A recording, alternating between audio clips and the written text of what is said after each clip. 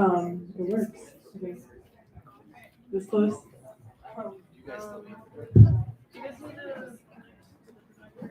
Yeah, I gotta just put up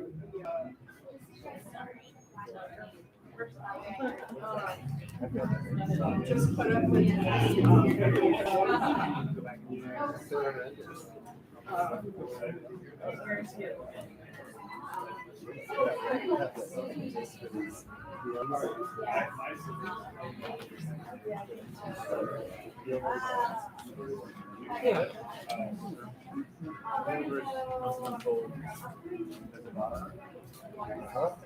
Oh, I'm into that. I'm trying to get out of the way.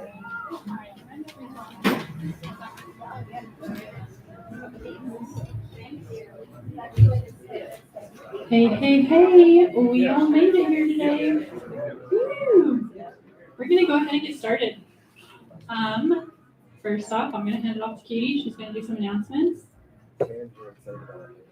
Yes, I am. All right, rules first. I'm about to crush some dreams, favorite part of my announcements, but there is no sourcing or selling here at Second Out Club. I know, I'm so sorry about it. We're trying to be a legitimate nonprofit here, so just doing our best. And that's all I have to say about that. Oh yes, okay, so we do have a membership option for all you lovely people. We launched it in December. We already have about 60 members of the Ballot Club of Denver. We want to make it really easy for you to become a member. So if you donate $1 a month, you can become a member. We suggest like 15, but that money goes to our harm reduction project where we help people check their substances for free. We'll go meet at a sketchy park and help you consume more safely. Yep. We also donate some of that to other nonprofits. Some of it just goes to managing the club. Like that projector was not free, so you have to like buy it. But so your money goes to running a Second Out Club. You get some fun perks, like you get voting power in the organization. You get access to members only meetings. Had some pretty good potlucks, so pretty solid chefs in this group. We do unofficial hangouts. They're just really low key, like doing fun stuff together. We're trying to get together on like a camping trip this fall, some other fun stuff. So yeah, it's just a great way to get into community with others and meet some like-minded people. So you're invited. If you want to become a member, go ahead and see us at the table back there and we'll get you set up. Oh, okay. We'll keep going. All right. So on July 30th, I hope you all have heard. If you haven't, we're not doing our jobs right, but we are having a mindful marketplace. So there will be about 30 plus vendors there. We're having a cake walk. Love it. Okay, sweet. Yeah, bring a cake or cupcakes. We're not. walk on the cake. No, you don't walk on the cake. I mean, that sounds like kind of fun, so I'll give it to you. But no, you'll come on the cake, leave with the cake. Anyways, we're gonna have tarot. We're gonna have what else? Just a bunch of fun stuff during the day that day. Some breakout sessions. We've got one of the speakers from the breakout sessions here tonight as well. So yeah, some cool stuff. Sign up for it, mushroom class. And then later that evening, at the same venue, we're having a warehouse party. Opening will be Copper Children at 8:30. It'll be a lot of fun. And then it will progress into DJs throughout the night until 2:30. There will also be tarot at the party. There will be harm reduction staff on site. Other things to do, coloring contests, drawing contests, lots of fun stuff, and it's going to be a great time. The QR code, yes, there's going to be a coloring contest and a drawing contest. If you're high, you're probably going to be extra good. So, tickets, or the QR code for tickets to the warehouse party can be found on this back table, also on the little note cards if you got one. And the marketplace during the day is free to attend, so come to one or both, and it will be a great time. And then also, in addition to those things, we do have a table back here that has quite a lot of merch. There's Nate and Matthew if they're leaving. Also on that table is free fentanyl tests. even if you're not using any opiates, fentanyl tests are a really good thing to have. They're free. There's no reason everyone in this room shouldn't have one if you're using substances. Or if you have a friend or family member that's using them, please give them to them. Please, please, please. You know, it's really important. I can't emphasize that enough. And they're free. So to get on with our evening tonight, you may notice there's a few people recording. People in the crowd are not being recorded, only the people on the stage. If you ask a question, your voice is probably going to be recorded, but you will not be. So, yes, you can ask him about it too, if you have any concerns. Have any questions or concerns about the camera stuff going on? Just ask me. I'm Nick. Yes. All right, and so more about tonight. What this night is it is an informative night. Melanie and Nicole are going to talk about Initiative 61. It's an invitation for you to form personal opinions about this political movement. Tonight is not about bashing another psychedelic bill. It's not about roasting Melanie or Nicole. It's for you to be informed and make decisions yourself. And so yes, Melanie and Nicole are here to present on 61.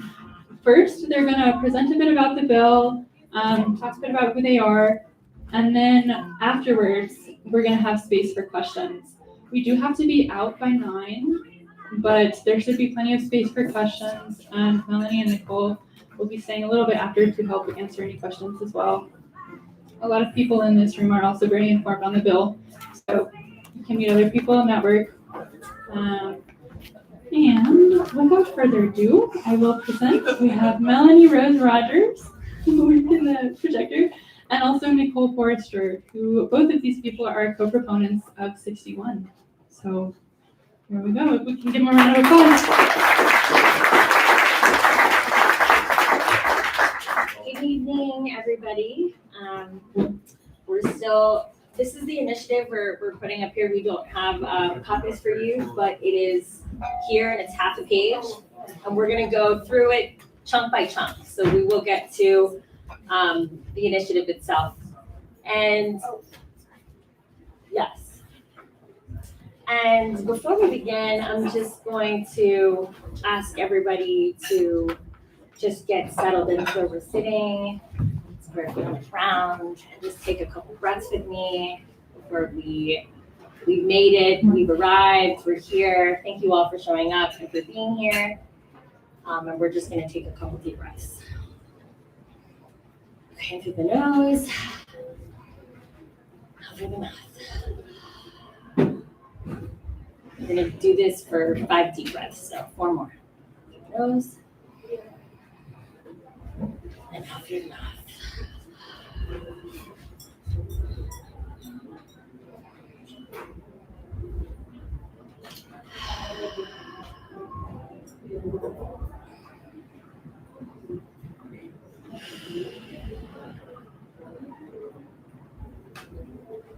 Okay. I also want to just express my dear gratitude and also definitely acknowledge the land that we're on. We are occupying the Yan, the Ute, the Cheyenne, the Arapaho, the Apache, and 40 other tribes that have walked through this land here. To all of our ancestors above and below, just want to center in and express dear gratitude for the breath that we take and for this time that we have.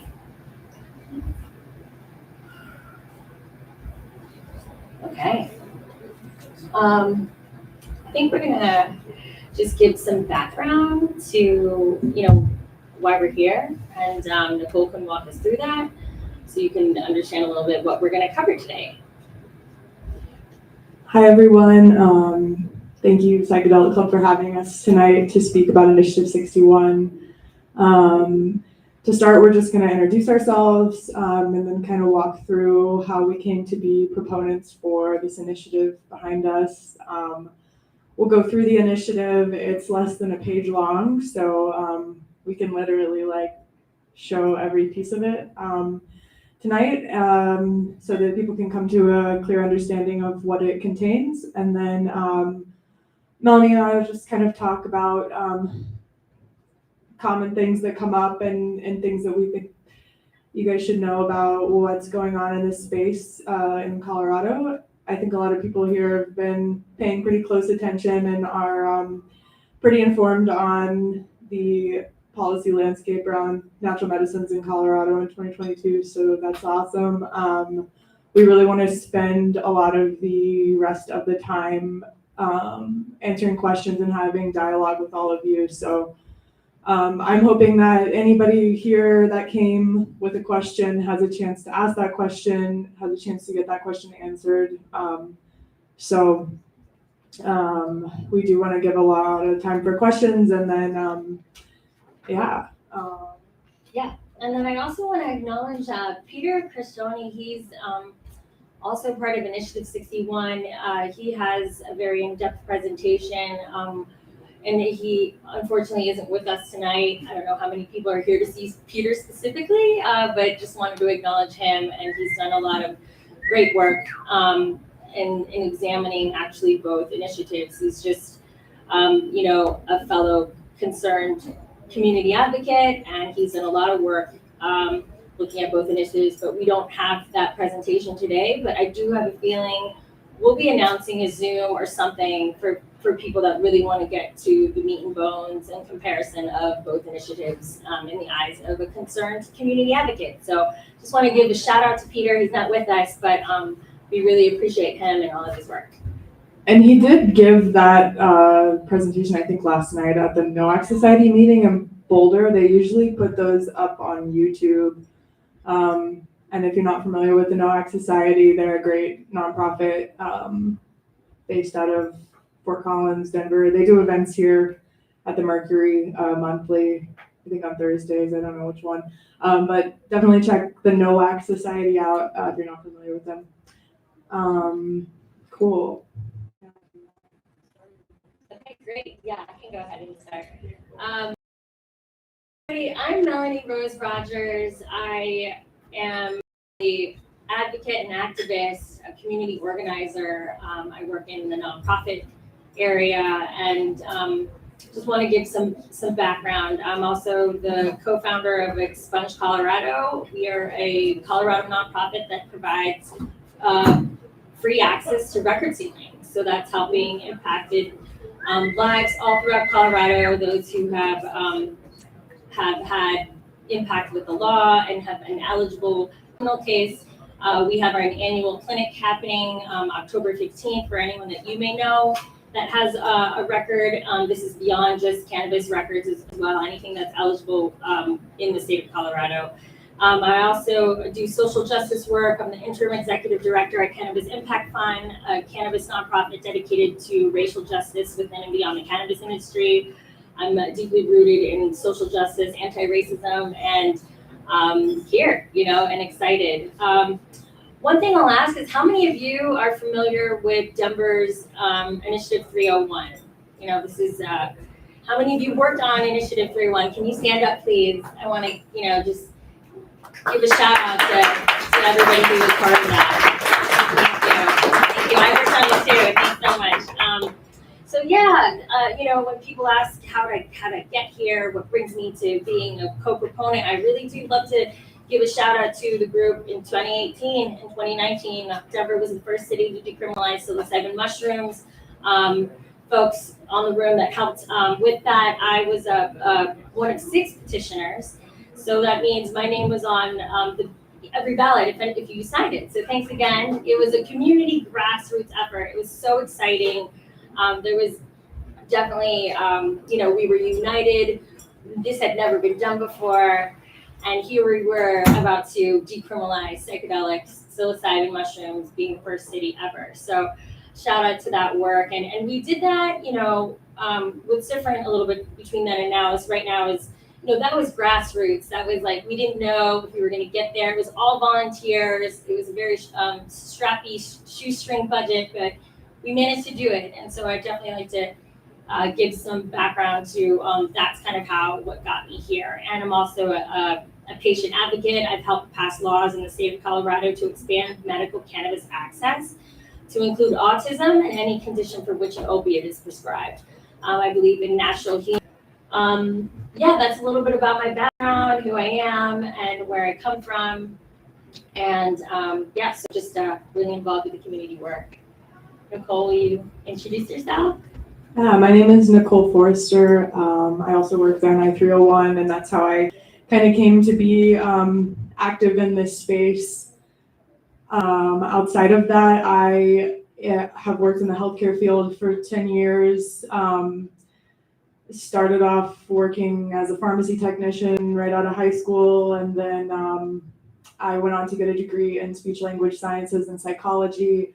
I've worked in behavioral health and in the speech pathology scope of things, and I currently manage a psychotherapy clinic in downtown Boulder that is specifically focused on equity in the mental health space and expanding access to people who have a hard time accessing mental health care. So people on Medicaid and people low income, we provide a really generous sliding scale.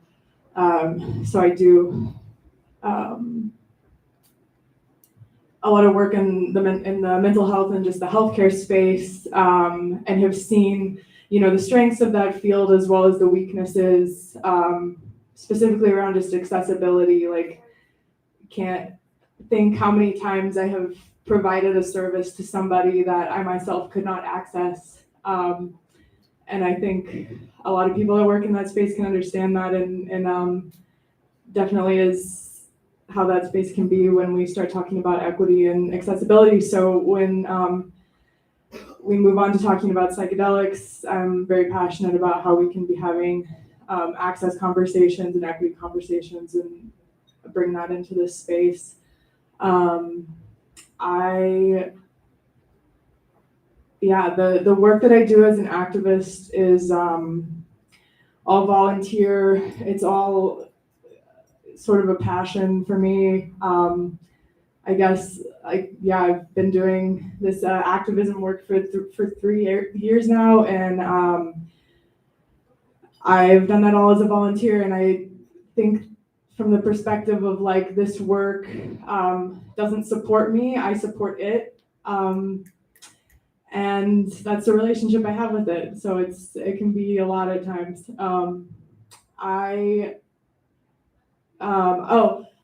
I'm also working locally on policy reform in Boulder County. I started Decriminalize Nature Boulder County, incorporated it back in February of 2020 after working on I-301. Along with people in the community that were like, we need to be doing this in Boulder. And I've stayed really active in the national conversation around what local policy change is looking like at the grassroots level around plant medicines, all over the nation. Sorry. Okay. So I'm currently one of the co-directors of Decriminalize Nature Boulder County,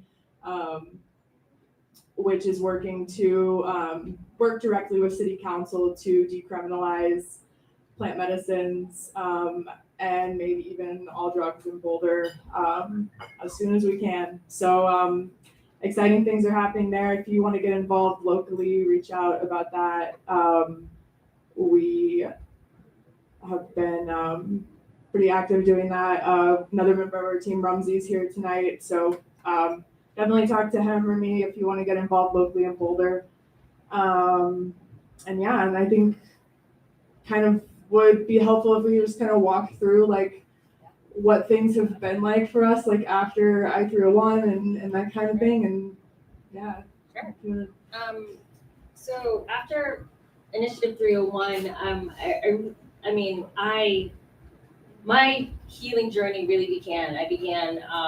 And it was actually sitting at a NOAC society meeting, and then them, telling me that psychedelics can bring up trauma sometimes when you least expect it. And it was that, and sitting with, in the audience, hearing that from a couple people, veterans sharing their stories, and I was like, wow, I got to reflect back to a very kind of wild psychedelic trip that I had that it did expose some of that trauma. But once you have that awareness, then you can really get to healing that. So that's what psychedelics really had done for me. And I've been enjoying psychedelics since the year 2000, and but didn't really get involved with the medicinal aspect, the therapeutic aspect, the spiritual aspect more so, really, which started with the campaign, when Denver decriminalized mushrooms, and we were sitting and sharing stories, and I've gone to a couple conferences, down in Pittsburgh, and got to really explore. And that led me also to sit with grandmother ayahuasca medicine, which was in October of 2019, which did tremendous for my own personal healing and for some buried wound trauma that I've had. And so with that, I feel very close to the medicine. I believe that, yes, no one should go to jail for this medicine. And I definitely want to, have, and take caution as to, when legalization, happens and eventually, will happen. I'm just very concerned in doing things, with many diverse voices in the room. And, I mentioned before that I come from the cannabis industry as a patient advocate. So I've watched, I was around when there was medical cannabis and before adult use, Amendment 64 here in Colorado. And so, when you look at cannabis legalization, we can definitely learn from cannabis legalization as we, as a parallel story to how we want to legalize psychedelics. The things that I definitely speak to is social equity. If you look at who owns all the licenses, who's sitting in jail, if you look at even veterans for access, the VA doesn't, the VA still doesn't cover it. Medical insurance doesn't cover it. And it's still very costly for people to pay, to skip their pharmaceuticals and go down the route of even using medical cannabis. So, my lens is from, a social justice, it's a, social equity as to the kind of industry and the economic growth that we are going to create once we do legalize psychedelics. And I'm definitely just a voice for making sure that it is diverse, that it is inclusive, and that we, and that it is affordable for anyone, that doesn't fit in that box of, any box, gender, health, that they can also just freely explore on their own. Like we've been doing it for years. Indigenous cultures have been using these medicines for centuries. So that is kind of the lens that, I definitely come from when we talk about how we legalize. And I believe in decriminalization first. We decriminalized here in Denver. That was 2019, 2020, COVID, 2021, and here we are in 2022. So for me, the way to organically grow is really to start with decriminalization, to provide equity, health, freedom, sovereignty over our bodies before anyone, dares to tell us how to choose our own relationship with nature. So that is a little bit of like my perspective, and yeah, I'm rambling, but that's it. Yeah, I back in 2018 learned that Initiative 301 was. I just remembered something, sorry. Yes, I do, sorry about that. So and then in 2020, I and a few people in this room went to Washington, D.C. to help. It was like we were calling ourselves the A-Team and help in that final push. Again, they were having in the middle of the pandemic, getting the required signatures they needed. So they called in the Denver team, about maybe 5-8 of us went down to DC, and it was a really special time to be there, to have conversations. So that's something I forgot to mention. But yeah, I went down to DC, and so, excuse me. So for me, it's been about decriminalization from the very beginning. Nothing else has changed or faltered or been influenced, and where I stand and anything. But and that brings us to fast forward, and Nicole can talk about. Cool. Yeah. So when I was was like 15 or 16 years old, I started having these really intense pain episodes behind my eye. And it took about a year of daily excruciating pain for me to get a diagnosis. And I found out from a neurologist that I had a condition called cluster headaches, which are it's a neurological disorder that is this really intense pain that's been studied to be actually the most painful thing the body can experience, more painful than childbirth, more painful than a gunshot, more painful than things that can end your life. And actually 1 in 5 people with this disorder do attempt suicide. And I just always get brought to tears when I talk about it. So I gotta just regroup. But I was diagnosed with that, and the pharmaceutical medicines available at that time had like a 30% success rate with people who had tried them. And I started reading online that people were using psilocybin mushrooms to treat their cluster headaches, and they were calling themselves cluster busters. And I remember thinking I grew up in a family with a lot of alcohol abuse, and I didn't know too much about drugs. I didn't even smoke weed. And I was very trusting of the medical system. And at age 16, I got addicted to opiates because that's what was prescribed to me for that condition, even though the research shows that that's just about the worst thing you can give to somebody that is having neurological pain. So I went through some years of that and then finally tried psilocybin when I was about 18, and I didn't have another episode of the cluster headaches for 3 years. So at that point, I had become kind of more immersed in the culture of substance use, and I never really talked about it from the lens of I'm treating a really severe neurological disorder. My use of psychedelics and psilocybin, but I kind of knew in the back of my head, one day, policy change is going to start happening around these medicines, and I'll get involved and I'll play it safe and I'll advocate for a medical model for people with my disorder to access this because, this is too cutting edge to be too radical. And it's really interesting to reflect on just how much of my own understanding of the politics and of how much power I had to kind of make change that I didn't think was possible when I first entered the space. So, back in 2018, I found out about Initiative 301 and I came out of the psychedelic closet, as they say. I publicly started talking about psychedelic use, and in the back of my head during all of that, I was thinking I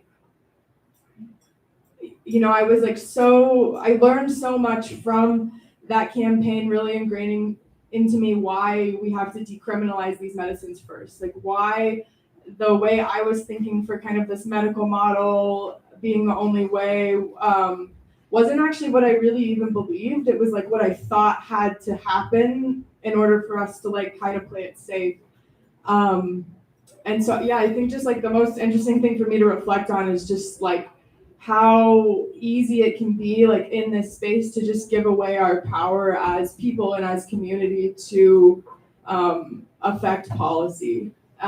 Because my complete outlook on just what policy change should look like has changed by just interacting with other people in this space who are advocating for decriminalization first. And when we say decriminalization first, we're meaning that any activity related to these medicines except for sale is no longer a crime. So you can grow these medicines, cultivate them, have your own relationship with them, share them with your friends, that kind of thing, and it's not a crime, which is different than legalizing something so that you can regulate it and tax it and create an industry around it.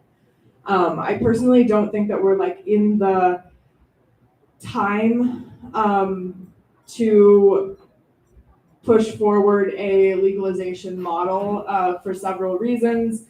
We've learned a lot from cannabis, just why putting that profiteering model ahead of people's like individual rights to do things and making sure that people aren't going to be incarcerated and that type of thing needs to come first. So I became, a really strong advocate for that decriminalize first stance and started following kind of nationally what was happening there. We saw DC pass a decriminalized nature resolution or initiative, and then, today I think, as of today, there's probably 15 cities in the United States that have now done the same thing on the local level. And coming off of the I-301 campaign in Denver, I felt like it was very important that the local communities be directing what policy change would look like. So there was a group of people kind of in the space who were, wide-eyed and ready to figure out how we could, do this statewide as soon as possible. But I had been warned that doing that would invite in a lot of big funding that had, every interest to commercialize these medicines and not necessarily have the intention and the current use of community like in mind. So I think ideally like that these policy changes should be happening at the local level. We have groups organized in Boulder, Fort Collins, Aspen, Colorado Springs, Durango, and some others across Colorado that are trying to work directly with their city officials on how this policy change should look. And I think it's really important that that happens before any statewide policy change happens. So you might be wondering why we're campaigning statewide, if that's what I really believe. When I found out that there was going to be a statewide initiative, that's the National Medicine Health Act, I was asked to sort of, participate in that process. And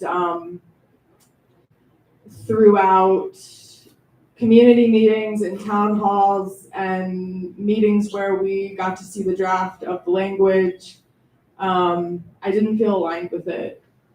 It wasn't decriminalized first. It had limits to possession, which were removed because we have strong community here that wanted to see that removed. And a lot of just different things that I can get into if anybody has questions about. But I didn't feel aligned with it. And that feeling that I had was also had by many others in our community. So I was asked to do something about it because I have been active in the Boulder space.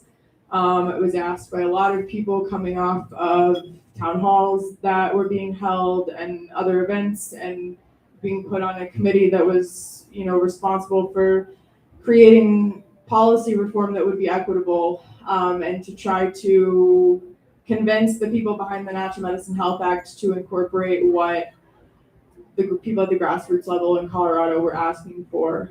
And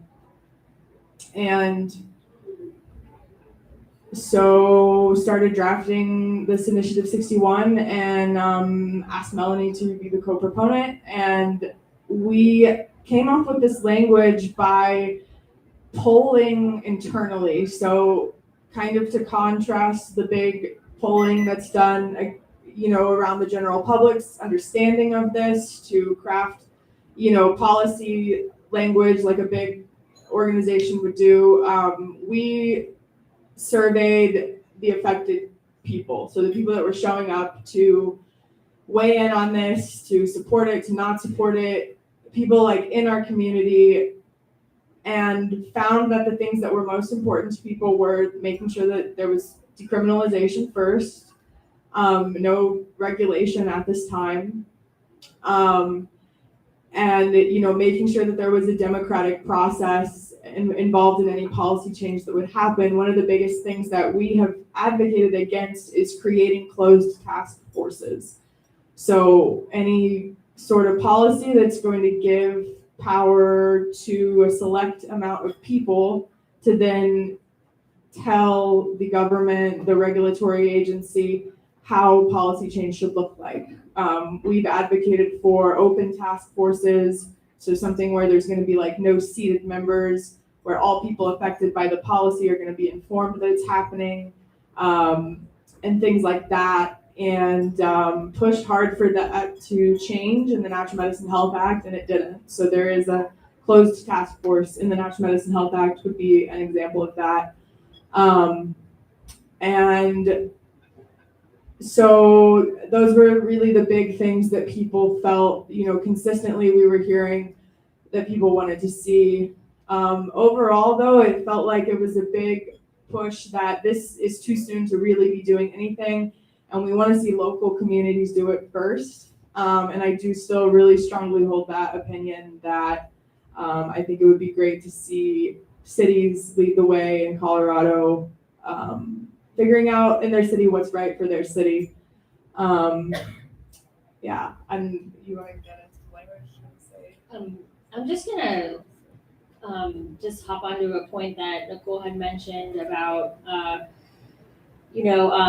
cannabis legalization and who wrote the draft. And while Colorado was first to legalize cannabis, we failed at social equity. Again, if you look around at who owns licenses, and even right now there's all this money going into now social equity license applicants. There's now accelerator programs and a fund to help that, but there's still a huge struggle for people of color, for anyone with a previous record or cannabis charge to enter this booming legalization economy that we have here in Colorado. And if you look and agree, like social equity, I've heard from one of the cannabis lawyers that no state has gotten that right, but still it just shows that when we rush sometimes, who might be left out. And that was definitely something that when we talk about when we were invited to be part of this process, I got an invitation to be invited in October of 2021, and which, I would hope I would have been invited a little bit earlier due to being part of the team in 2019. But it's just, an afterthought of some sorts, I guess. But, I walked into, I just want to kind of also tell the story of how these town halls went for some of the people that weren't there. This was the first time we had heard about a statewide ballot initiative. So you bring a bunch of new people in the room that all have their own relationships with this medicine. You have people that have that call this, their ancestors. This is their sacrament, and this is the first time we bring a bunch of people in the room to talk about what does legalization look at, and then we hear about this, out-of-state PAC called New Approach. New Approach is also working with Initiative 58. New Approach is a DC out-of-state PAC, meaning political action campaign. They were very involved with cannabis legalization throughout the nation, and they're heavily funded. Yes, they likely have some great players, but this is cannabis, this is who's funding. This is what I'm hearing for the first time, sitting in a room with a bunch of people that I'm like, oh, they're new, oh, great to see them. And we all hear about the future of something, that we, especially us in 2019, we were gathering signatures in 40-degree weather. It was, again, 10-degree weather. And so, we put in a lot of work. And now we hear there's this like out-of-state PAC coming in to tell us how, holding this carrot, like kind of in front of us, telling us like, about the policy. So right away you can imagine a lot of people, with their reservations. One, too, because I would love to have seen it where it was us, Colorado folks, people, writing this policy, working together. But now we are in October and we hear they're going to drop language in December or January, and we're all scrambling.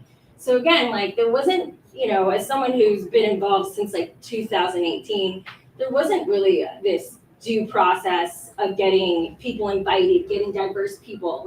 I personally would love to see this different than cannabis. I don't know how this is a copy and paste where all the people with the cannabis licenses are actually now very excited about psychedelic licenses. And then what are we gonna do with equity and who's playing? I mean, this is indigenous medicine. And then that was a big question to me. It's like, where are the indigenous folks invited to be part of this conversation? And there is an article from Westward written about that a little bit in January.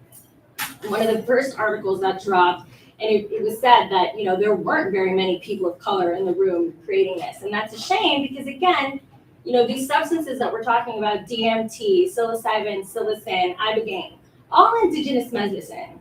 And here we are, now we've got, you know, cannabis lawyers in suits and men all behind closed doors, not really inviting community. So I just want everyone to know a little bit of being in our shoes of what this was for a lot of us sitting in this room, hearing that now someone from out of state is going to come and fund it and give us, you know, and maybe we should work with them. We're all like, wait, how? You know, and then a lot of questions, you know, who is funding them? Because again, we all know this now, it's 2022, politics in America, that you are beholden to who's funding this. And so that is something that is just something I want us to all very, you know, to think about. New Approach PAC has put in $2.5 million already and counting, you know, and if you look at the record, I like to pose the question is like, these it's so bad, why? Right? And again, just remember decriminalization. Who makes money off decriminalization? The people, nobody, the people. I mean, it's people power. And then now we have this huge, you know, corporation. There's talks of, there's one of the latest articles really kind of dives into, you want to know who's funding New Approach. You know, like I said, cannabis legalization back. We've got David Bronner. We've got, you know, the Dr. Bronner soap company. I've heard Scott's Miracle Grow. We've got, you know, just big, heavy players, you know, the rich and the wealthy coming in here, coming into Colorado, telling us how it's done. So again, right away, being grassroots, being like already looking at cannabis and being like, like you've killed the culture of this plant. You know, it's all corporate cannabis now. We had a 420 festival and like the 420 was a champagne toast. I mean, we used to go out there and rally and be together and fight for our rights because this is a plant. And so, you know, so now I'm like deja vu. I'm sitting in this room and we're talking about psychedelic legalization. We've got a group of indigenous folks being like, my family member went to jail for this, so how are they going to be able to plan this top-down model? And then you've got other people being, we want entrepreneurship. And then you've got other people being like, how is this going to be accessible for everybody? And so I just really wanted to bring you back to that time in October where I sat there and I was like, this is a mess. I even texted Katie at the Psychedelic Club. I was like, you're not here. Why aren't you not here? And I was like, and it is a mess. It is a heated discussion because now we have out-of-state forces telling us, you know, with this carrot, and I've made this mistake when you bring, and I want to share just one more story because, you know, I come here as from an equity lens. When we did the measure in 2019, I was the only woman of color sitting, you know, out of the six people. So I constantly am, you know, the voice for equity and inclusion and diversity in this movement even. And so, you know, then I was tasked, you know, with these, and I want to give a shout out to SPORE, the Society of Outreach, Reform, and Education. They hosted these town halls. So it wasn't even like New Approach, it was SPORE, a nonprofit, also very concerned that this was happening, brought us all and invited other people to come and take part in these like 3 town halls. So again, like I mentioned that first one, it was hectic, you know, again, so many people feeling threatened. Again, this is the medicine, and you know, people being like, I wasn't able to participate in cannabis legalization. How is this not going to be the same thing when we go down the same route? And I will have to just also say that cannabis lawyers were involved in writing Initiative 58. And so these are just reasons, you know, my intention of what sparked me to be a part of Initiative 61, which was in response to this. Again, Nicole had mentioned, a lot of us didn't jive with this whole out-of-state coming in, telling us how to, you know, live our lives, how to have our medicine here in Colorado. So, so at one point we broke up into these subdivisions to be like, okay, who's going to be like the champion for equity?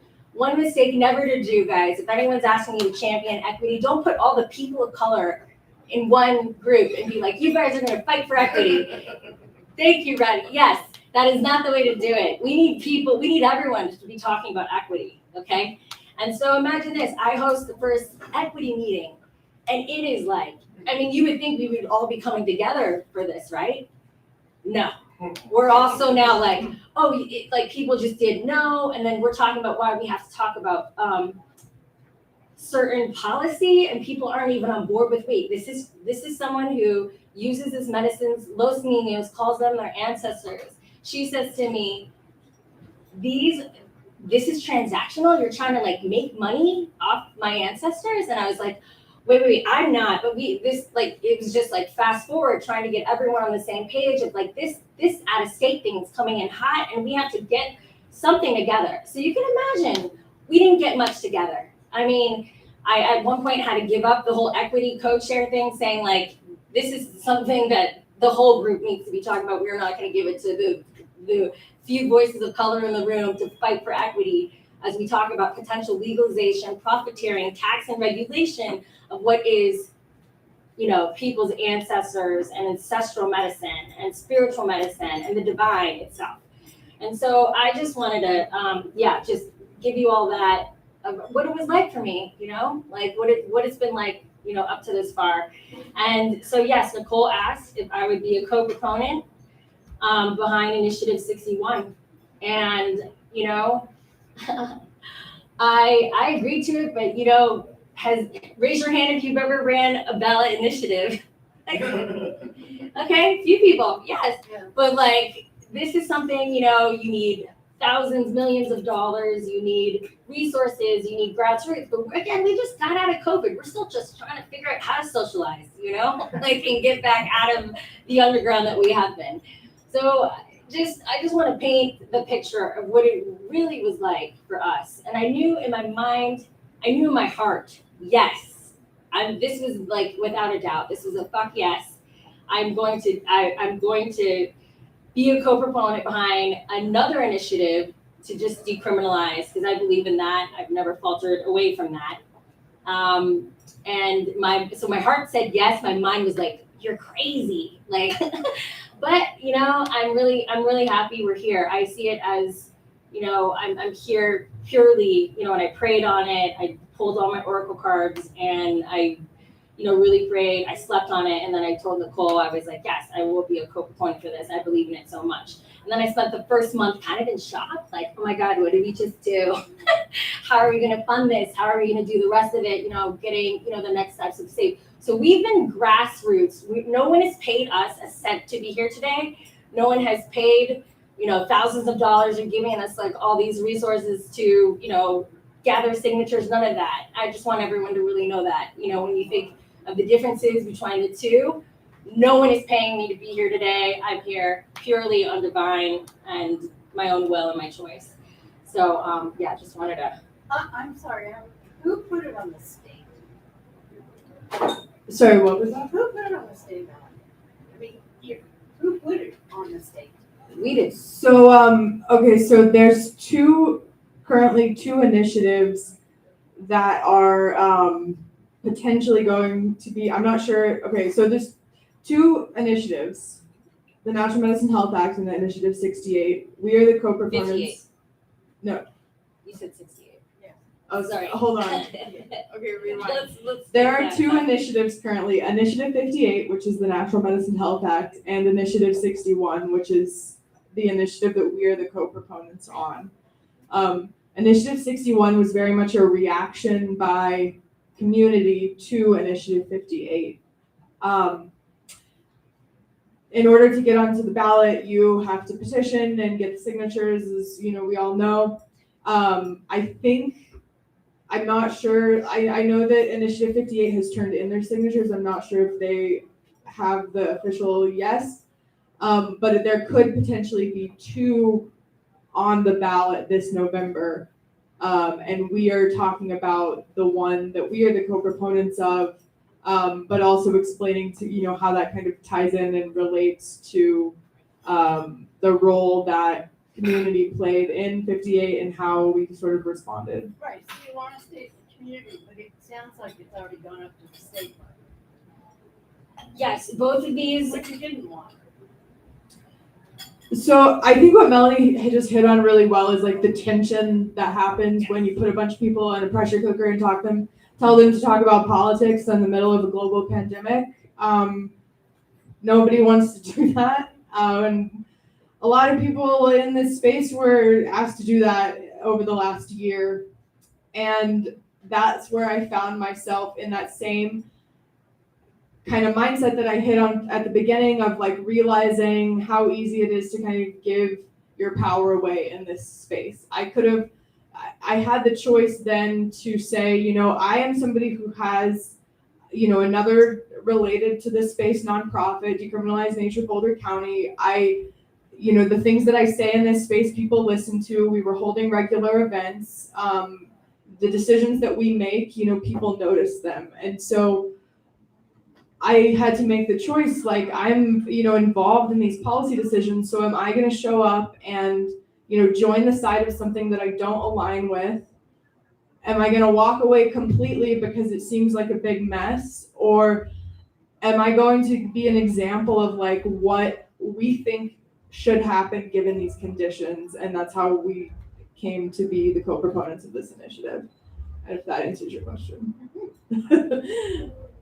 Awesome. So what does it look like to have an inclusive result? What does that primary result that you're looking for in the inclusivity of all of the different demographics? Because money talks, right? And it usually has a tendency to transcend race. It has a tendency to flow like water, and then it has a tendency to be a whole lot like a magnet attracting iron. And so with what you're doing, what is a equitable result that we could see where we could say that at least we've won this battle? What does the win look like?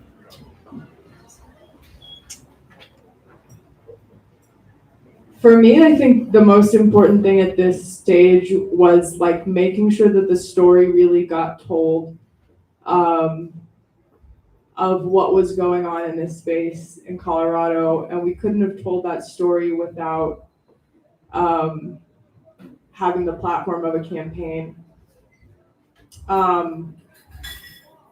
I think that the model of going city by city first addresses a lot of equity issues if you do it right. If you have a big team of people, you know, that's coming together and figuring out what's best for their local community. And then that then informs your local politicians, that you have a little bit more access to influencing, you know, outside, like different than when you get into big like state and federal level lobbying.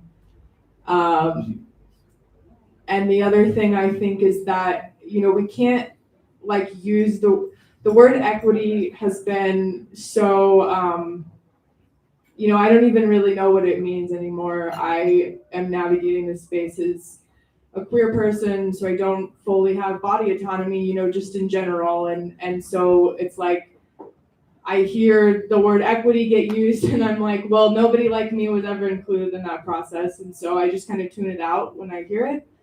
But the answer that I have come to is that we have to have some sort of open task force and open decision-making power over what future policy is going to look like. And we have to hold those conversations in a way that, you know, the feedback that's given and the people that are in the room and the people that are making the decisions are actually the people who are impacted by the policy. That, you know, policy change shouldn't happen without people that it's affecting being a part of.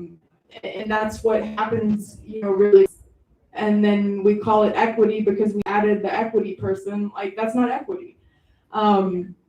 So yeah, I keep it local, open task forces, and have conversations. You know, it's a slow, tedious process of including people, you know, not shoving a Google Doc in their face and saying you have 24 hours to tell me what you need to tell me because we got to go because the polling looks good, you know?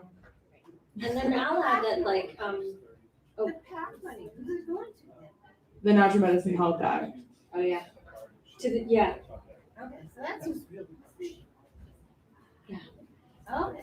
Yeah. And that, Colorado is a very politically viable place because we passed the I-301 here first. Other states where this is, things like this are likely to happen, Washington, Oregon, California. For people up there making that investment, they're really just looking like, where's the next best place to invest? And in 2020, it was Oregon, and they invested in M109, which in my opinion has been a disaster. And then in 2022, Colorado looked like the good choice. And so here we are, dealing with this as a community. I would really like to show you guys the language. let's go through it. And show you what it does, and show you why, given the conditions that we've just explained, we think this is kind of the best thing to get on the ballot, especially knowing that there could be a, legal corporate market of these medicines soon. And something that I wanted to hit on too is just like the misconceptions that I keep hearing, like when we put all of these people in a pressure cooker to talk about politics, it's easy for a lot to get misunderstood. One of the things that I keep hearing is that there's like infighting in the psychedelic community or competing ballot initiatives. Those are two things that the media likes to say. It's not a competition because you can't their ballot initiatives aren't candidates. They're not competing against each other.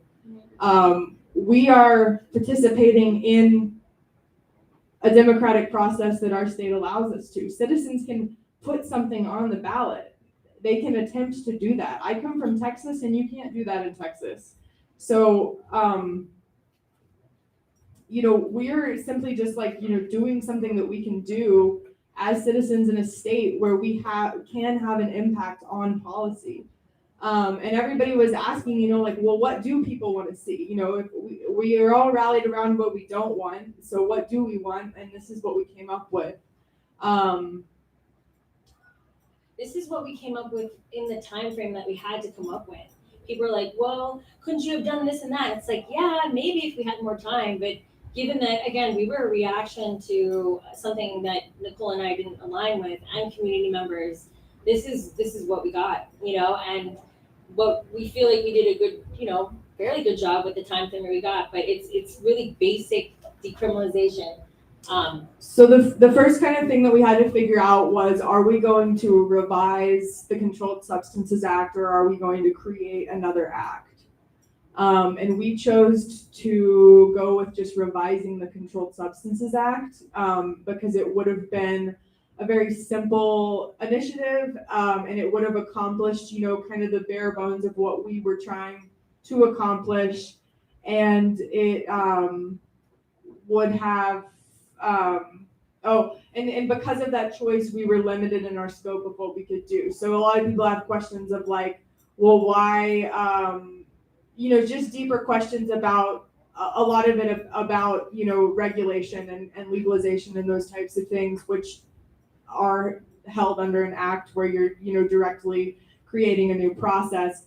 We are just revising the Controlled Substances Act, so anything that we put in there just acts as a revision to an act that currently exists. I don't know if this is easy for people to read, if it's big enough. I don't know how. Read it. Just read it out loud. Okay, cool. So, You can minimize the panel to the left that has the page. Yeah, right. See where it says 1. You can somehow minimize that panel and. yeah, that's what I was trying to figure out to do. I feel like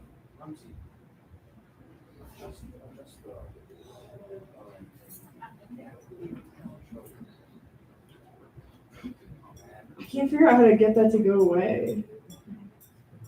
I feel like I'm like the teacher that all the kids are like, stop doing that. Just read it. It's like, It is, supposedly. This isn't my computer that I use for normal stuff either, so I'm kind of, okay. So it says, notwithstanding any other provision of law, the following conduct is not in violation of state law or the laws of any locality within the state, and no conduct permitted by this subsection constitutes the basis for investigation, detention, search, seizure, arrest, or other legal penalty. So we added in that other legal penalty piece after a lot of feedback. And people were like, well, what about this thing? You know, what about people on probation? What about all of this? So that those 3 words are intended to capture any other legal penalty. So the things that, you know, would no longer be the basis of detention, search, seizure, arrest, investigation is the possession, use, cultivation, production, sharing, giving away, and delivery of entheogenic plants and fungi by or between natural persons 21 years of age or older. And entheogenic plants and fungi means psilocybin, psilocin, ibogaine, mescaline, and DMT. So it also protects the provision of supervision, guidance, therapeutic, harm reduction, spiritual, or supportive services with or without remuneration by natural persons 21 years of age or older to natural persons who are engaging in the intentional and consenting use of entheogenic plants and fungi.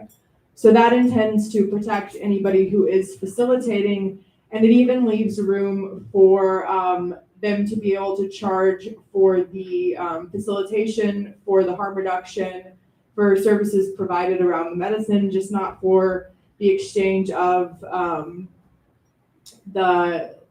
you couldn't sell the medicines. But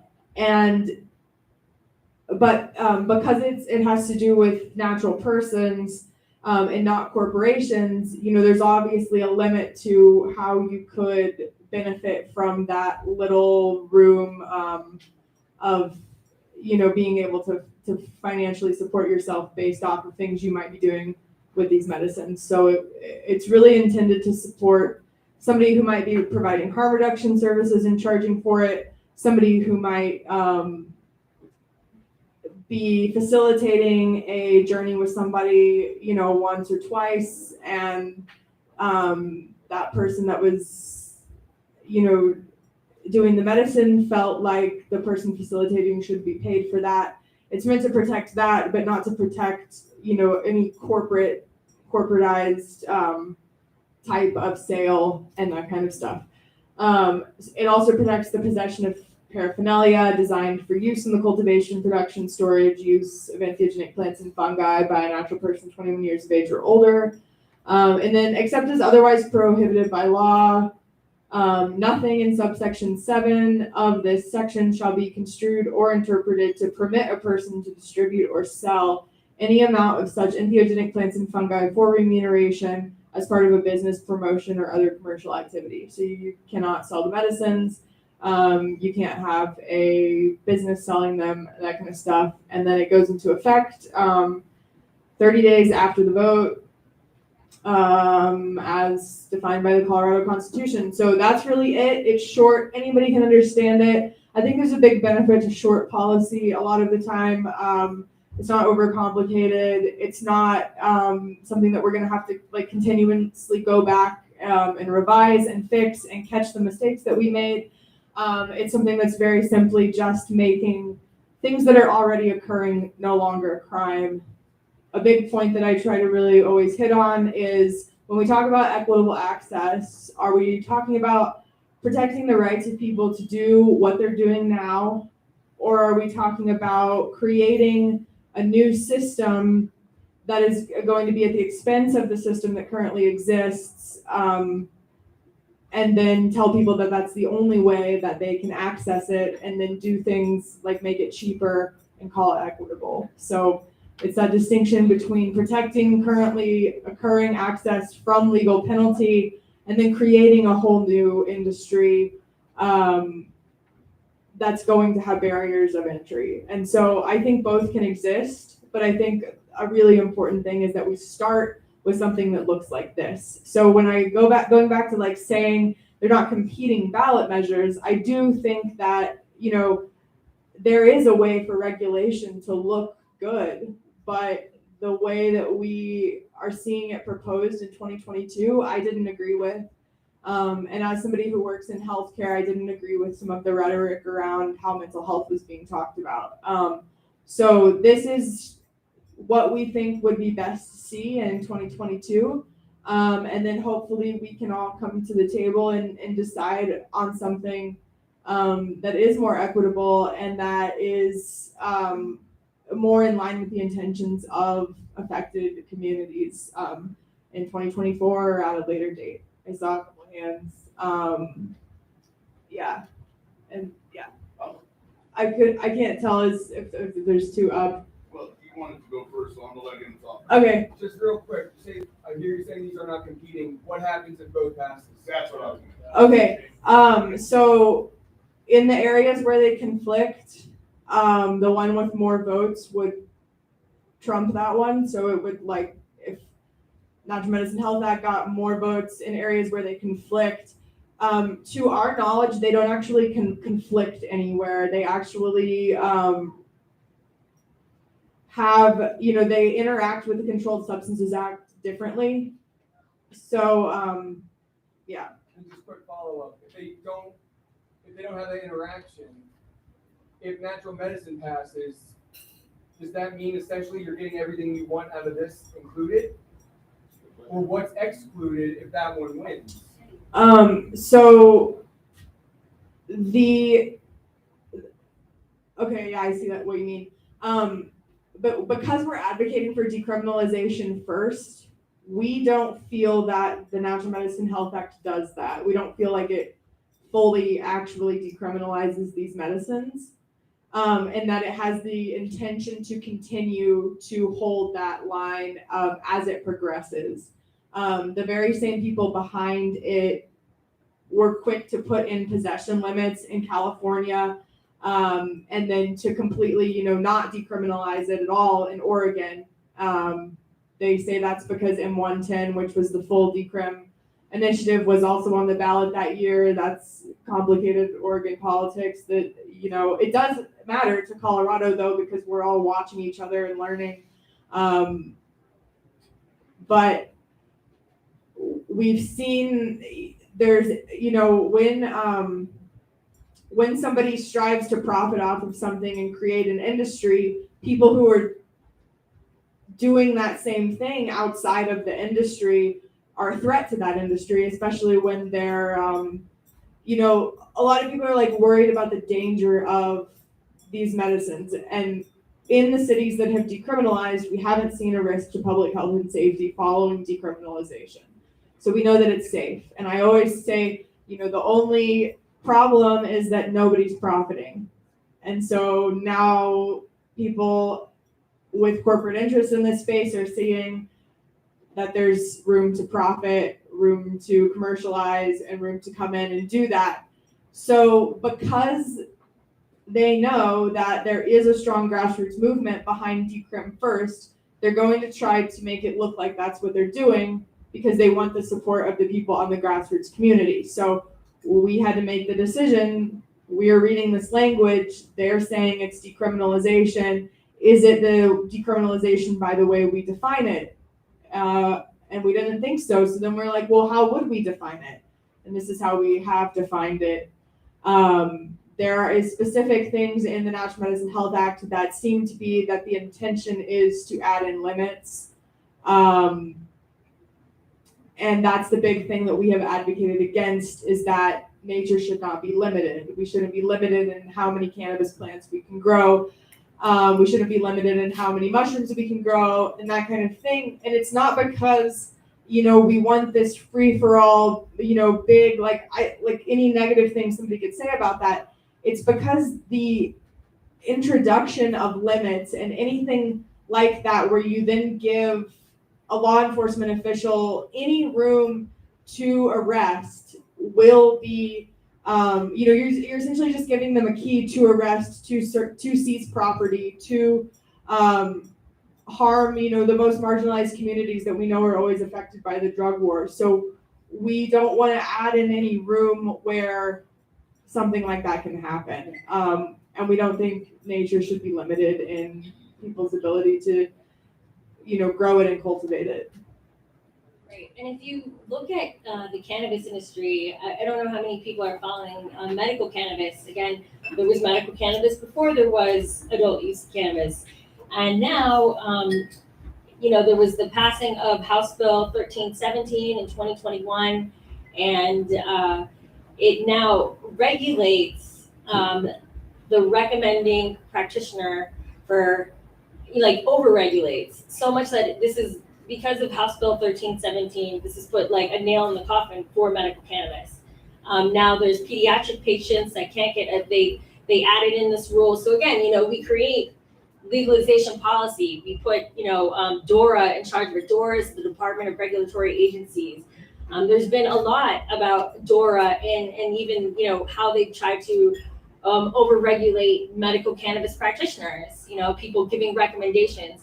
And with the passing of House Bill 1317, patients' rights are have been affected. I know people and pediatric patients that now can't find a second recommending medical cannabis doctor because of this like newly regulated law, and therefore they can't have their medical cannabis anymore. They can't find another doctor. Plus, it's also very expensive to get 2 doctors, not only 1, and also pay for all your own medicine.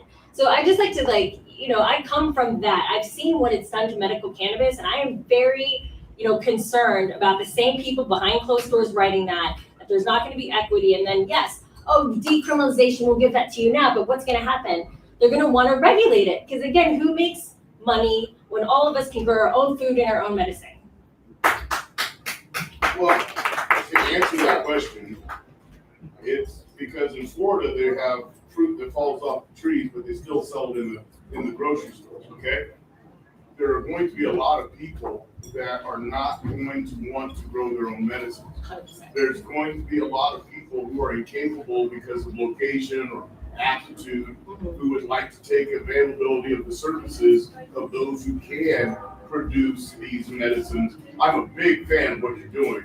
I'm just saying that there's the reason that money has the influence that it does is because it gives people who don't have the ability to do something the opportunity to engage. Okay? So if you have a little bit of money, I can remunerate a friend and have his or her product. One of the challenges that we're looking at is that in the cannabis industry, a lot of people who couldn't work in any other industry are working in the cannabis industry because they're stoners. They would never have passed a piss test, but in the cannabis industry, they have an industry to work with. In this way of decriminalizing the psilocybin or hallucinogenic medicines, then we are creating another faction, I would suppose, that is going to shelter those people as well. And they're going to be needing to have remuneration. They're going to be needing to have comfort. They're going to be needing to have these things. And it sounds like we are really concerned about them getting these things. If we're talking about big money, big changes make big money. And so if we're going to differentiate ourselves from not wanting to be the corporate taking over medical whatever, we're going to have to put up some parameters. What kind of parameters would you suggest that we put up against the corporate takeover? This is what we're looking at. I would love to be on the people side, but I want remuneration. I want free trade. I think that the reason that cannabis is stalling is because I can't trade with Wyoming. I can't trade with California. I can't trade with New Mexico. I can't get their best for my best. And if it feels like we're stalling here, then I'm wondering if we're giving ourselves a trap where we won't be able to expand, where we won't be trapped in Colorado. We won't be able to expand our options or opportunities. I'm on South Broadway right in the middle of the Green Mile. Most people come here and say, what are you bitching about? You got 75 different selections in one dispensary. And then I tell them about our experiences. They're breaking down the medical barriers. They're making it harder on patients and all of those things. And people don't care because they're able to buy their weed. And those people are being remunerated. You see what I'm saying? So if we put barriers around ourselves, then aren't we automatically kind of going to a dead end? are we not, and if we put barriers of entry because they are not the appropriate demographic to insert themselves into the product flow stream, then aren't we just going towards a dead end? I don't see it as a dead end. I definitely hear your point, and I know there's a time, and believe me, there's going to be corporate psychedelics. Like eventually, guys, it's coming. And it could be it's going to be it's going to be here. I mean, and so for us, I mean, we always see this like decriminalization as the foundation of where everything gets built upon, whatever that is, you know. And so don't have the answers for what are, you know, how do we do it the right way, or even, you know, barriers when we talk about them. But I know that, you know, I would love all of these, your voice, you know, diverse voices at the table to be able to create this. And, you know, and yes, you know, there's going to be rulemaking, and that's coming, and I definitely still plan to be involved with rulemaking. But I'm just saying that, like, I've always seen just decriminalization as the foundation. It's from the bottom up. It creates, you know, access for everyone. We stop criminalizing people for possession, use, cultivation. We believe in a grow, give, gather, you know, method. And that's where I truly, again, just with my history, that's where I believe, is that we start there. And then we bring in your voice, everybody else's voice, indigenous voices in the beginning, not later as to, you know, from the very beginning. I mean, and then that's where I think we can come up with something else. But that's me, and that's my opinion. And I'm just asking, you know, for everyone to just be discerning. It sounds great. Who doesn't want natural medicine in Colorado? But I'm just asking everyone to really sit and read 18 pages of fine print, you know, about their policy.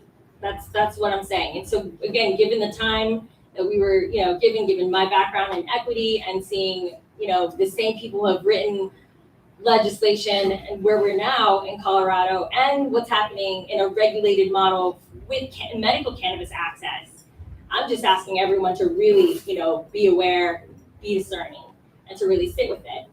I mean, I don't want to go too much about, you know, the other initiatives, but sure, your question, sir. Yeah, thank you. So if Initiative 58 passes, would that open the door to companies like Future Health or Nucleus or these like for-profit psychedelic therapy companies? Yes. So right now in the Natural Medicine Health Act 58, there, you know how when we legalized cannabis, we left it to residency, Colorado residents. Kind of really like that. I mean, I know other states have different ways, but for Colorado, I really liked that at first. And only later, we then said anyone out of state, commercial interest, you know, we opened up licensing to anyone. But with the National Medicine Health Act, it does any individual from out of state. I mean, European people, everyone's excited. They are ready to harp in and buy up all the land, raise all of our property value and everything. No, but they're excited. I mean, they're excited. So it does open it up to any individual. There is no residency requirement to answer that question. Yeah. I was curious when you speak of the indigenous, is that native Coloradans basis? I'm sorry, can you speak up and repeat yourself, please? Yes, I was just curious, when you speak of indigenous, are you speaking of native Coloradans and that as the voice? I was curious, I'm kind of new to this, but. Yes, indigenous, I'm speaking to, yes, of course, indigenous members of Colorado, Native Americans, people that have a very close relationship, you know, again, people that use this already for religious, spiritual practices, people that use this, you know, as their divine, you know, this is their ancestors. That's who, when I say indigenous, that's who I would like to be at the table writing and drafting this policy, that and people of color. Sure. Do you think that having two bills could split some votes and neither one would pass? I mean, is the public aware that you vote for both?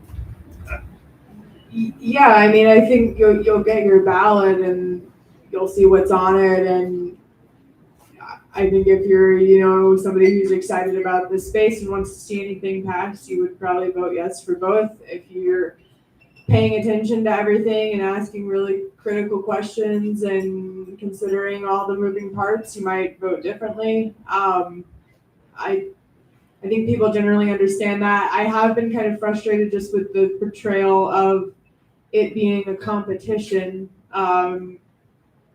It's a difference in in strategy, and it's also a difference in just power dynamics. And because there wasn't a grassroots option on the table, and a lot of people were concerned about that, we stepped up to provide that. And I think a big thing that is like coming up in these questions is questions about regulation. And when it gets posed as this thing that, we're competing with something, it also kind of pigeonholes us into this idea that we are anti-regulation. We are not in agreement with what regulation ideas currently are on the table. And we really believe that given more time and more input from affected people, we could create a regulatory system that does address a lot of these things that people are concerned about. That's an excellent question. Thank you. Yeah. Riley. So I know you want to figure it out as a community, like what the rules should be. But let's say you're the czar of psychedelics of Boulder or in Denver. What's the ideal way to do it? What's the ideal rules that could be put in place 10 years from now or something like that? What would you like to see? So you have to get everybody into the conversation. So these policies affect people that are doing things that relate to these medicines will be affected by what happens. There's organizations that are set up about psychedelics and about different things in Colorado, and I want to see all of those people informed about what's going on, coming together to decide that. As far as what I would personally like to see in policy at this point, I think like what we're really hitting on is that like I don't have that answer today because I think it's too soon to regulate this. I think the reasoning people use to push for regulation, it doesn't make sense to me because it comes from this idea that there is a mental health crisis, which there very much is. But even more than that, there's a systemic crisis in healthcare.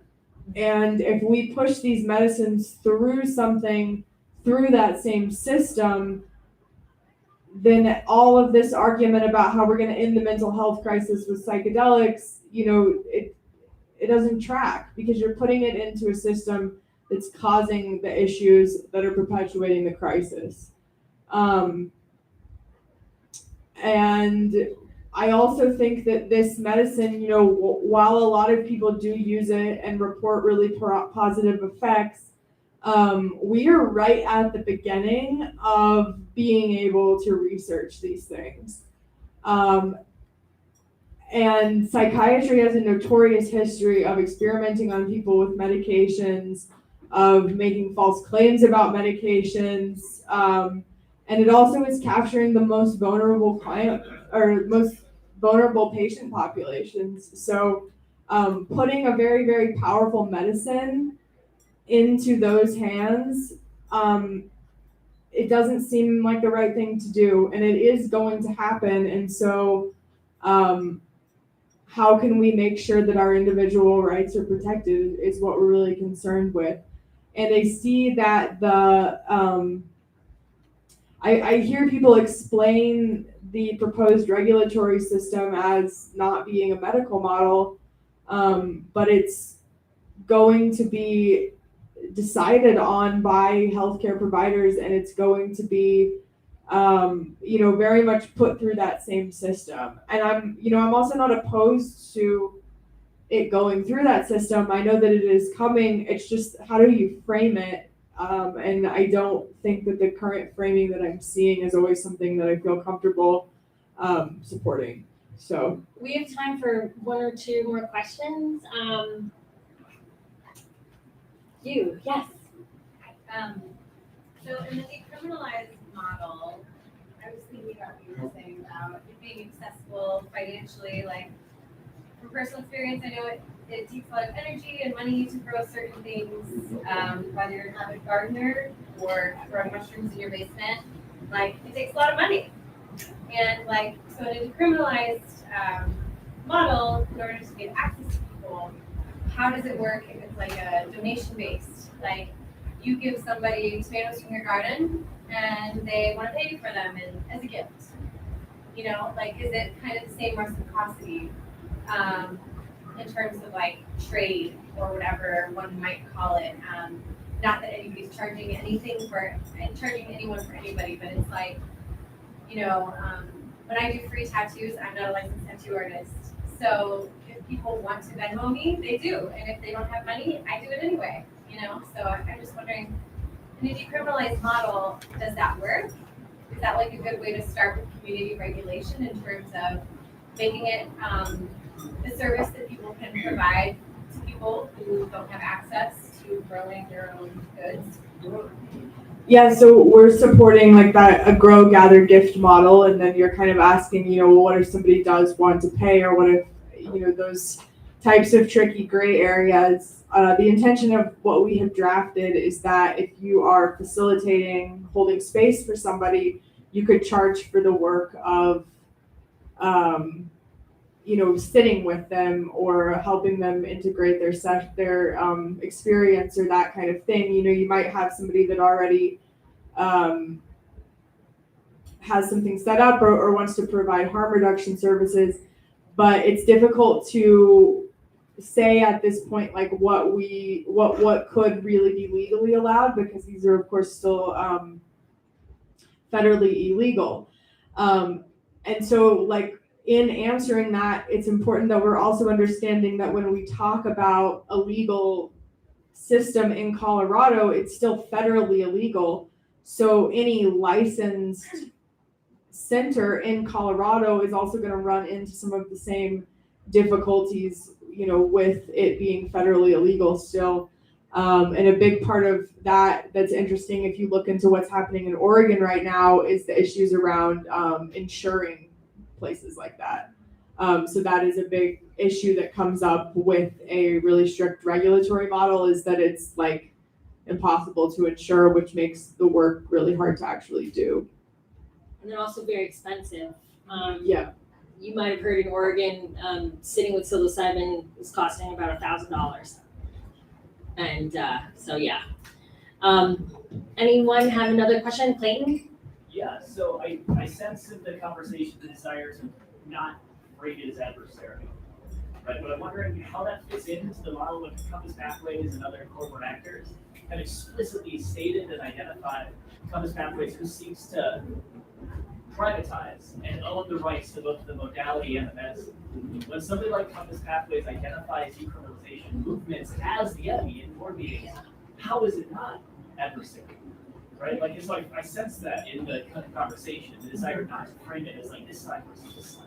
But I'm wondering if you could talk a little bit about that dynamic. Yeah, so I guess what I'm trying to hit on is that, like, I think when people frame it as competing, it means that both cannot happen at the same time.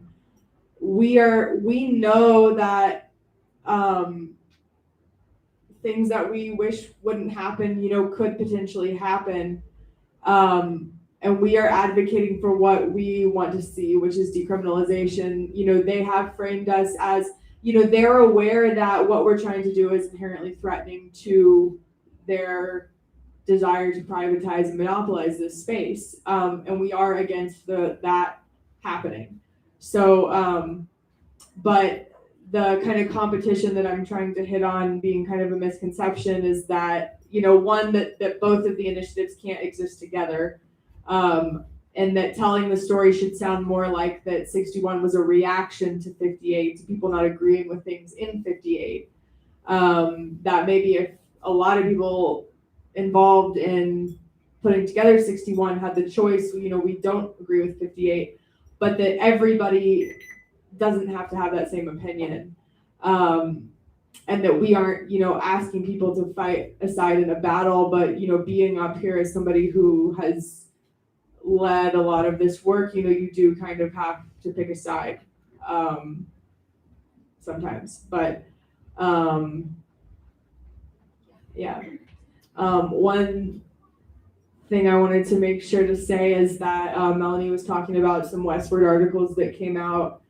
Those were written by a journalist, Chris Walker. He put together a really incredible podcast about everything that's going on in Colorado. He has been in attendance of a lot of events doing some really in-depth journalism. And that first episode of the podcast came out this week. It's on CityCast Denver.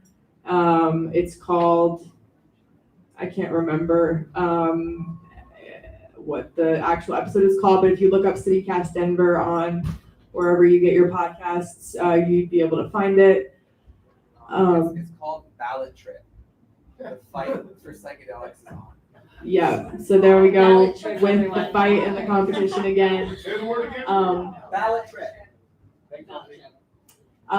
First episode's out. I think that they're gonna come out every Monday for the next 3 weeks. That might be completely wrong, but something like that. So, your question, Miss. I think the 18-page bill actually says that community members cannot be paid to sit with people. So I like that yours allows remuneration. Thank you. Did you guys hear that? I thought there is no remuneration. There isn't, right? On the other bill, you cannot get paid unless you're in the. Right. So as a community member, you Sorry. have to do all your work for free. Okay, what's the correct answer? The correct answer, I'm sorry, Pam, Yes. but that's just, Just I when have you to can. interject on that, Pam.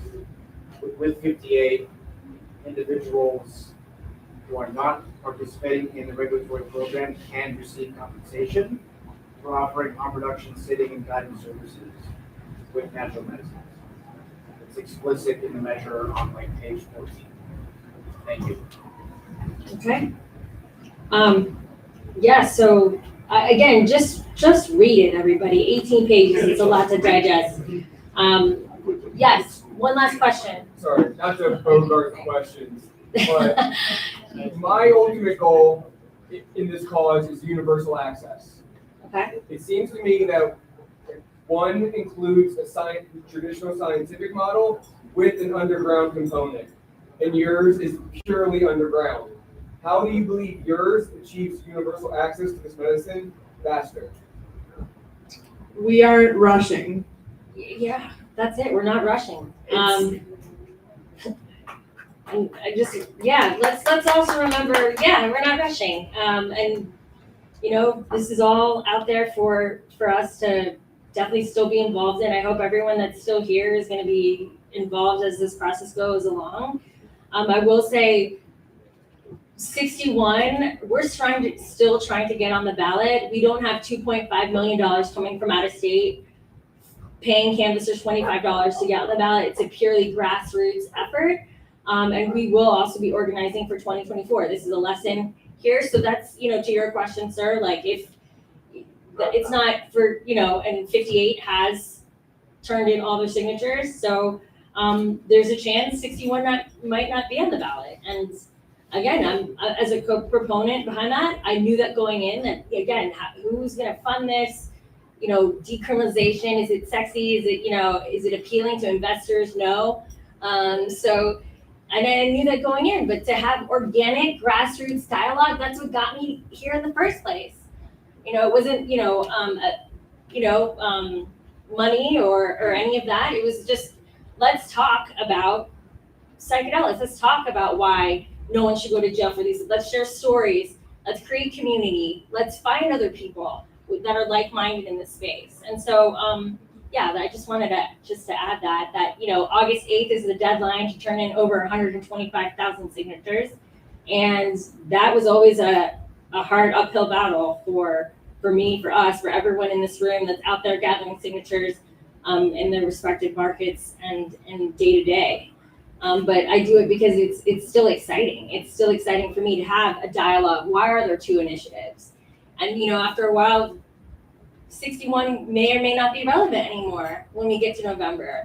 But there was still a chance where some community advocates, fought for what they believed in. And I feel now with, our rights and our sovereignty over our bodies, we need to wake up and we need to get involved, and we need to, be mindful of new industries that we're creating that's only going to serve a certain, type of person that can participate in that. And that's what keeps me going. That's why I'm still here. And I hope, to continue the conversation. And I really hope that I'll also make one last plug.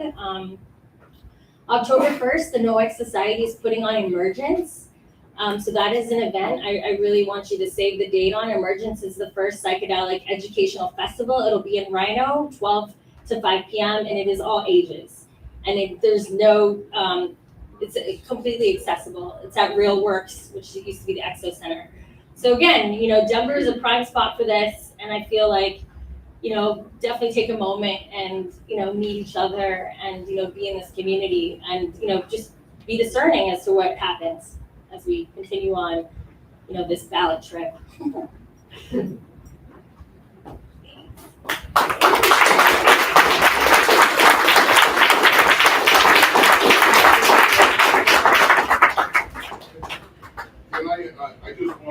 I have a very selfish plug.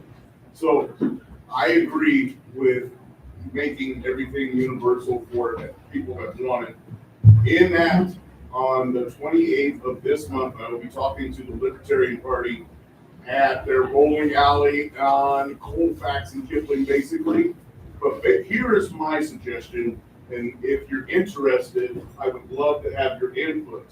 My suggestion is that we start a natural medicines free trade zone. It's ran by the Customs and Border Patrol. All of those things can come in. Denver is already a free trade zone for Lockheed Martin and others for them to get their illegal chemicals in here and process them into legal chemicals and redisperse them.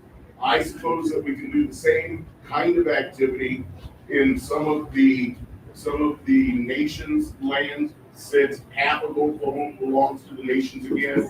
There is an opportunity for us to create a trail of very, very goodness that between Oklahoma and Colorado by designating free trade zones along the route and giving people an opportunity to come in with 0.1.5% THC, where it's not weed, it's really medicine, and for the CBD, or bring in your other thyme, basil, khat, a lot of other things that can be brought for the healthiness of the people and brought away from the sovereignty of the United States. We're not going to argue these people into compliance. I mean, we're not going to be able to comply with them. They've always wanted to hurt us.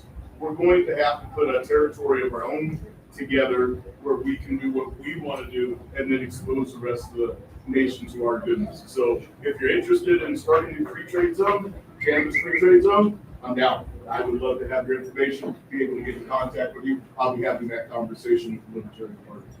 Thanks, Rodney. Thank you. Also, shout out to the Psychedelic Club. Please visit their merch table. Thank you for having us. We love you. Thank you. Thank you, everybody.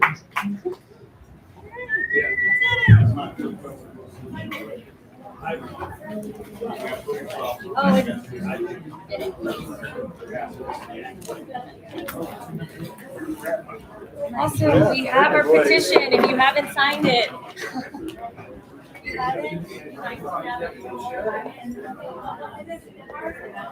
I know, right?